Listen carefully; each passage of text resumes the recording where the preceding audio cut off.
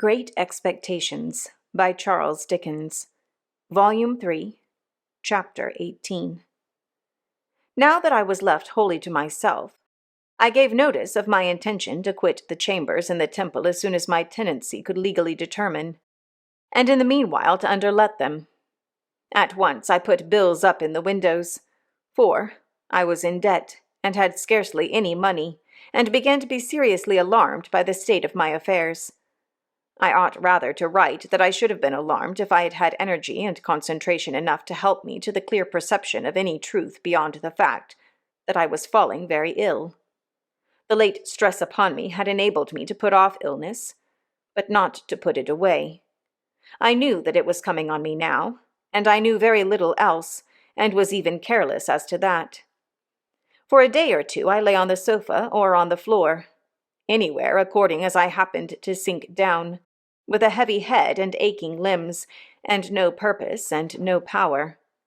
Then there came one night which appeared of great duration, and which teemed with anxiety and horror. And when in the morning I tried to sit up in my bed and think of it, I found I could not do so. Whether I really had been down to Garden Court in the dead of the night, groping about for the boat that I supposed to be there, whether I had 2 or 3 times come to myself on the staircase with great terror, not knowing how I had got out of bed, whether I had found myself lighting the lamp, possessed by the idea that he was coming up the stairs, and that the lights were blown out, whether I had been inexpressibly harassed by the distracted talking, laughing, and groaning of someone, and had half suspected those sounds to be of my own making, whether there had been a closed iron furnace in a dark corner of the room, and a voice had called out over and over again that Miss Havisham was consuming within it. These were things that I tried to settle with myself and get into some order, as I lay that morning on my bed. But the vapor of a lime-kiln would come between me and them, disordering them all, and it was through the vapor at last that I saw 2 men looking at me. "What do you want?" I asked, starting. "I don't know you."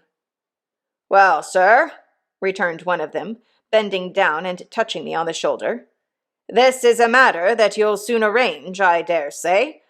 But you're arrested." "What is the debt?" £123, 15/6. Jeweller's account, I think." "What is to be done?" "You had better come to my house," said the man. "I keep a very nice house." I made some attempt to get up and dress myself. When I next attended to them, they were standing a little off from the bed, looking at me. I still lay there. "You see my state," said I. "I would come with you if I could, but indeed I am quite unable. If you take me from here, I think I shall die by the way." Perhaps they replied or argued the point, or tried to encourage me to believe that I was better than I thought. Forasmuch as they hang in my memory, by only this one slender thread, I don't know what they did, except that they forbore to remove me. That I had a fever and was avoided, that I suffered greatly, that I often lost my reason, that the time seemed interminable, that I confounded impossible existences with my own identity, that I was a brick in the house wall, and yet entreating to be released from the giddy place where the builders had set me, that I was a steel beam of a vast engine, clashing and whirling over a gulf, and yet that I implored in my own person to have the engine stopped, and my part in it hammered off. That I passed through these phases of disease, I know of my own remembrance, and did in some sort know at that time. That I sometimes struggled with real people, in the belief that they were murderers, and that I would all at once comprehend that they meant to do me good, and would then sink exhausted in their arms, and suffer them to lay me down, I also knew at the time. But, above all, I knew that there was a constant tendency in all these people, who, when I was very ill, would present all kinds of extraordinary transformations of the human face, and would be much dilated in size. Above all, I say, I knew that there was an extraordinary tendency in all these people sooner or later to settle down into the likeness of Joe. After I had turned the worst point of my illness, I began to notice that while all its other features changed, This one consistent feature did not change. Whoever came about me still settled down into Joe. I opened my eyes in the night, and I saw in the great chair at the bedside Joe. I opened my eyes in the day, and, sitting on the window-seat, smoking his pipe in the shaded open window, still I saw Joe. I asked for cooling drink, and the dear hand that gave it me was Joe's. I sank back on my pillow after drinking, and the face that looked so hopefully and tenderly upon me was the face of Joe. At last, one day, I took courage and said, "Is it, Joe?" And the dear old home voice answered, "Which it air, old chap."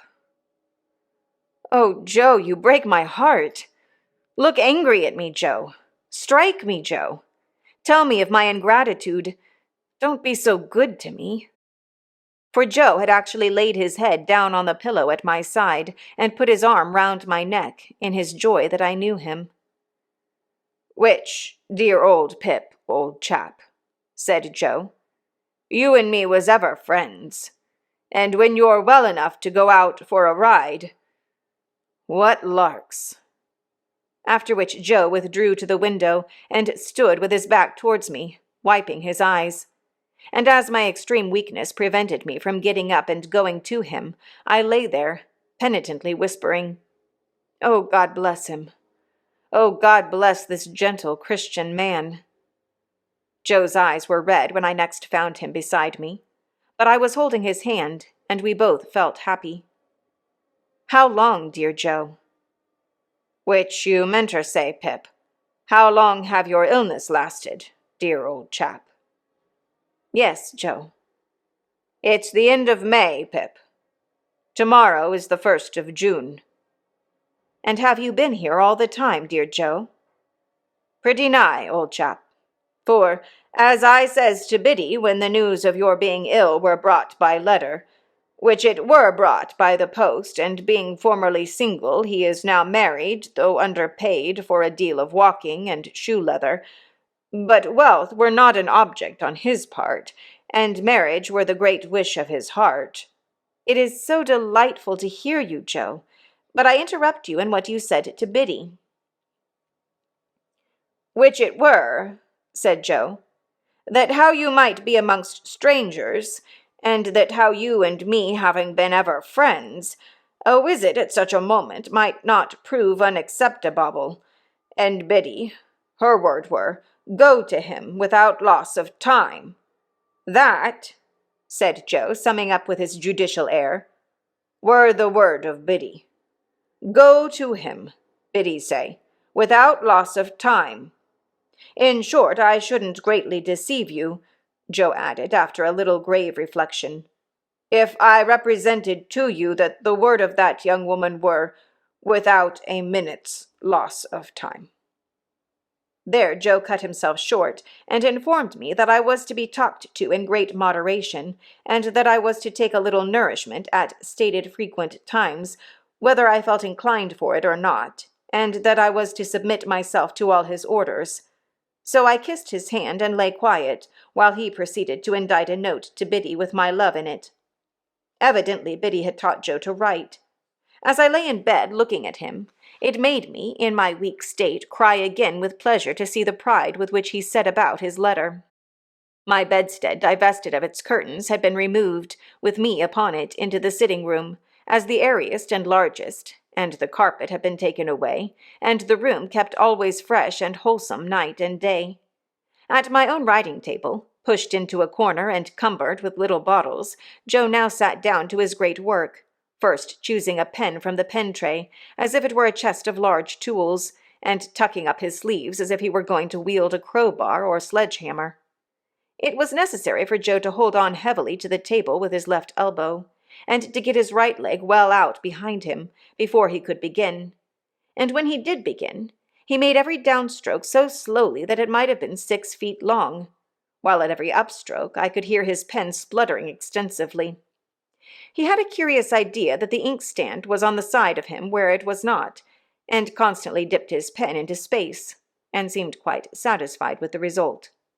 Occasionally he was tripped up by some orthographical stumbling block, but on the whole he got on very well indeed, and when he had signed his name, and had removed a finishing blot from the paper to the crown of his head with his 2 forefingers, he got up and hovered about the table, trying the effect of his performance from various points of view as it lay there, with unbounded satisfaction.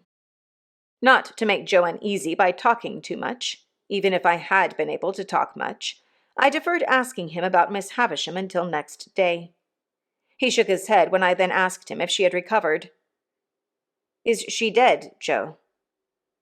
"Why, you see, old chap," said Joe in a tone of remonstrance, and by way of getting at it by degrees, "I wouldn't go so far as to say that, for that's a deal to say. But she ain't—" "Living, Joe?" "That's nigher where it is," said Joe. "She ain't living." "Did she linger long, Joe?" "Arter you was took ill, pretty much after what you might call, if you was put to it, a week," said Joe, still determined on my account to come at everything by degrees. "Dear Joe, have you heard what becomes of her property?" "Well, old chap," said Joe, "it do appear that she had settled the most of it, which I meant to say tied it up, on Miss Estella. But she had wrote out a little coddle shell in her own hand a day or 2 afore the accident, leaving a cool 4,000 to Mr. Matthew Pocket. And why, do you suppose, above all things, Pip, she left that cool 4,000 to him? Because of Pip's account of him, the said Matthew. I am told by Biddy that ere the writing," said Joe, repeating the legal turn as if it did him infinite good, "account of him, the said Matthew. And a cool 4,000, Pip." I never discovered from whom Joe derived the conventional temperature of the 4,000 pounds, but it appeared to make the sum of money more to him, and he had a manifest relish in insisting on its being cool. This account gave me great joy, as it perfected the only good thing I had done. I asked Joe whether he had heard if any of the other relations had any legacies. "Miss Sarah," said Joe, "she have 25 pound per annum, for to buy pills, on account of being bilious. Miss Georgiana, she have 20 pound down. What's the name of them wild beasts with humps, old chap?" "Camels?" said I, wondering why he could possibly want to know. Joe nodded. "Mrs. Camels," by which I presently understood he meant Camilla, "she have 5 pound for to buy rushlights to put her in spirits when she wake up in the night." The accuracy of these recitals was sufficiently obvious to me to give me great confidence in Joe's information. "And now," said Joe, "you ain't that strong yet, old chap, that you can take in more nor one additional shovelful today. Old Orlick's been a-bustin' open a dwelling-house." "Whose?" said I. "Not, I grant you, but what his manners is given to blusterous," said Joe apologetically. "Still, an Englishman's house is his castle, and castles must not be busted, 'cept when done in wartime. And whatsome'er the failings on his part, he were a corn and seedsman in his heart." "Is it Pumblechook's house that has been broken into, then?" "That's it, Pip," said Joe. "And they took his till, and they took his cash-box, and they drinked his wine, and they partook of his wittles, and they slapped his face, and they pulled his nose, and they tied him up to his bedpost, and they give him a dozen, and they stuffed his mouth full of flowering annuals to prevent his crying out. But he knowed Orlick, and Orlick's in the county jail." By these approaches we arrived at unrestricted conversation. I was slow to gain strength, but I did slowly and surely become less weak, and Joe stayed with me, and I fancied I was little Pip again. For, the tenderness of Joe was so beautifully proportioned to my need that I was like a child in his hands. He would sit and talk to me in the old confidence, and with the old simplicity, and in the old unassertive, protecting way, so that I would half believe that all my life since the days of the old kitchen was one of the mental troubles of the fever that was gone. He did everything for me except the household work, for which he had engaged a very decent woman, after paying off the laundress on his first arrival.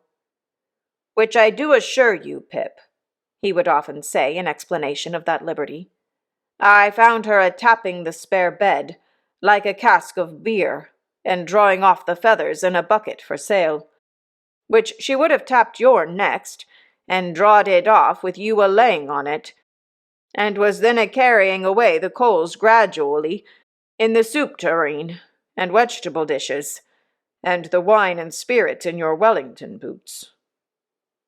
We looked forward to the day when I should go out for a ride, as we had once looked forward to the day of my apprenticeship.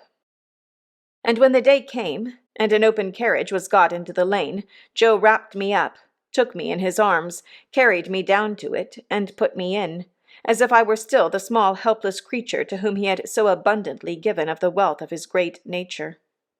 And Joe got in beside me, and we drove away together into the country, where the rich summer growth was already on the trees and on the grass, and sweet summer scents filled all the air. The day happened to be Sunday, and when I looked on the loveliness around me, and thought how it had grown and changed, and how the little wild flowers had been forming, and the voices of the birds had been strengthening, by day and by night, under the sun and under the stars, while poor I lay burning and tossing in my bed, the mere remembrance of having burned and tossed there came like a check upon my peace. But when I heard the Sunday bells, and looked around a little more upon the outspread beauty, I felt that I was not nearly thankful enough, that I was too weak yet to be even that, and I laid my head on Joe's shoulder, as I had laid it long ago when he had taken me to the fair, or where not, and it was too much for my young senses. More composure came to me after a while, and we talked as we used to talk, lying on the grass at the old Battery. There was no change whatever in Joe. Exactly what he had been in my eyes then, he was in my eyes still, just as simply faithful and as simply right. When we got back again and he lifted me out and carried me, so easily, across the court and up the stairs, I thought of that eventful Christmas day when he had carried me over the marshes. We had not yet made any allusion to my change of fortune, nor did I know how much of my late history he was acquainted with. I was so doubtful of myself now, and put so much trust in him, that I could not satisfy myself whether I ought to refer to it when he did not. "Have you heard, Joe?" I asked him that evening upon further consideration as he smoked his pipe at the window, "who my patron was?" "I heard," returned Joe, "as it were not Miss Havisham, old chap." "Did you hear who it was, Joe?" "Well, I heard as it were a person what sent the person what give you the bank-notes at the Jolly Bargeman, Pip." "So it was." "Astonishing," said Joe, in the placidest way. "Did you hear that he was dead, Joe?" I presently asked, with increasing diffidence. "Which? Him as sent the bank-notes, Pip?" "Yes." "I think," said Joe, after meditating a long time and looking rather evasively at the window-seat, "as I did hear tell how he were something or another in a general way in that direction." "Did you hear anything of his circumstances, Joe?" "Not particular, Pip." "If you would like to hear, Joe," I was beginning, when Joe got up and came to my sofa. "Look'ee here, old chap," said Joe, bending over me. "Ever the best of friends, ain't us, Pip?" I was ashamed to answer him. "Very good, then," said Joe, as if I had answered. "That's all right. That's agreed upon.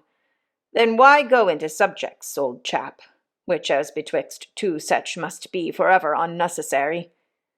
There's subjects enough as betwixt two such, without unnecessary ones. Lord, to think of your poor sister and her rampages.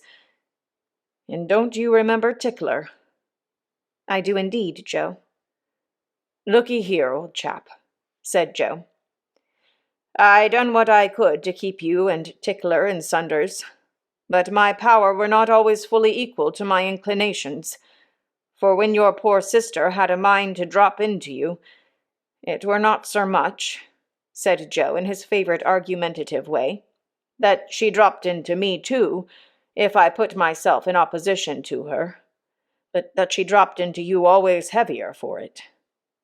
I noticed that. It ain't a grab at a man's whiskers, nor yet a shake or two of a man, to which your sister was quite welcome, that'd put a man off from getting a little child out of punishment. But when that little child is dropped into, heavier, for that grab of whisker or shaking, then that man naturally up and says to himself, 'Where is the good as you are doing?' 'I grant you I see the arm,' says the man, 'but I don't see the good. I call upon you, sir, therefore, to pint out the good.'" "The man says?" I observed as Joe waited for me to speak. "The man says," Joe assented. "Is he right, that man?" "Dear Joe, he is always right." "Well, old chap," said Joe, "then abide by your words. If he's always right, which in general he's more likely wrong, he's right when he says this. Supposing ever you kep any little matter to yourself when you was a little child, you kep it mostly because you knowed as J. Gargery's power to part you and Tickler in sunders were not fully equal to his inclinations. Therefore, think no more of it as betwixt two such, and do not let us pass remarks upon unnecessary subjects. Biddy give herself a deal of trouble with me afore I left, for I am most awful dull, as I should view it in this light. And viewing it in this light, as I should sir put it, both of which, said Joe, quite charmed with his logical arrangement, being done, now this to you a true friend say, namely, you mustn't go overdoing on it, but you must have your supper and your wine and water, and you must be put betwixt the sheets." The delicacy with which Joe dismissed this theme, and the sweet tact and kindness with which Biddy, who with her woman's wit had found me out so soon, had prepared him for it, made a deep impression on my mind. But whether Joe knew how poor I was, and how my great expectations had all dissolved, like our own marsh mists before the sun, I could not understand. Another thing in Joe that I could not understand when it first began to develop itself, but which I soon arrived at a sorrowful comprehension of, was this. As I became stronger and better, Joe became a little less easy with me. In my weakness and entire dependence on him, the dear fellow had fallen into the old tone, and called me by the old names, the dear old Pip, old chap, that now were music in my ears. I too had fallen into the old ways, only happy and thankful that he let me. But, imperceptibly, though I held by them fast, Joe's hold upon them began to slacken. And whereas I wondered at this at first, I soon began to understand that the cause of it was in me, and that the fault of it was all mine. Ah, had I given Joe no reason to doubt my constancy, and to think that in prosperity I should grow cold to him and cast him off? Had I given Joe's innocent heart no cause to feel instinctively that as I got stronger, his hold upon me would be weaker, and that he had better loosen it in time and let me go, before I plucked myself away? It was on the third or fourth occasion of my going out walking in the Temple Gardens, leaning on Joe's arm, that I saw this change in him very plainly. We had been sitting in the bright warm sunlight, looking at the river, and I chanced to say as we got up, "See, Joe, I can walk quite strongly. Now you shall see me walk back by myself." "Which do not overdo it, Pip," said Joe. But I shall be happy for to see you able, sir. The last word grated on me, but how could I remonstrate?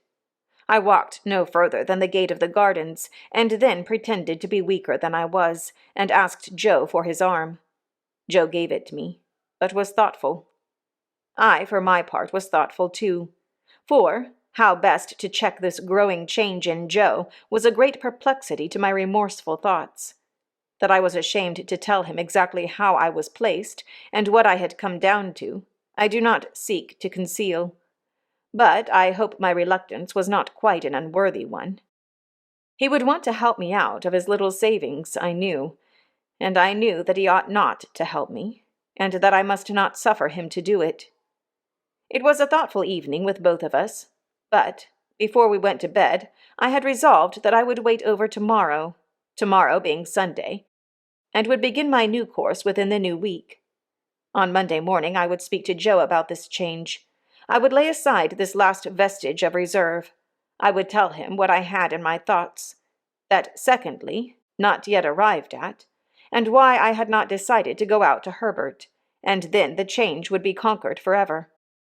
As I cleared, Joe cleared, and it seemed as though he had sympathetically arrived at a resolution too.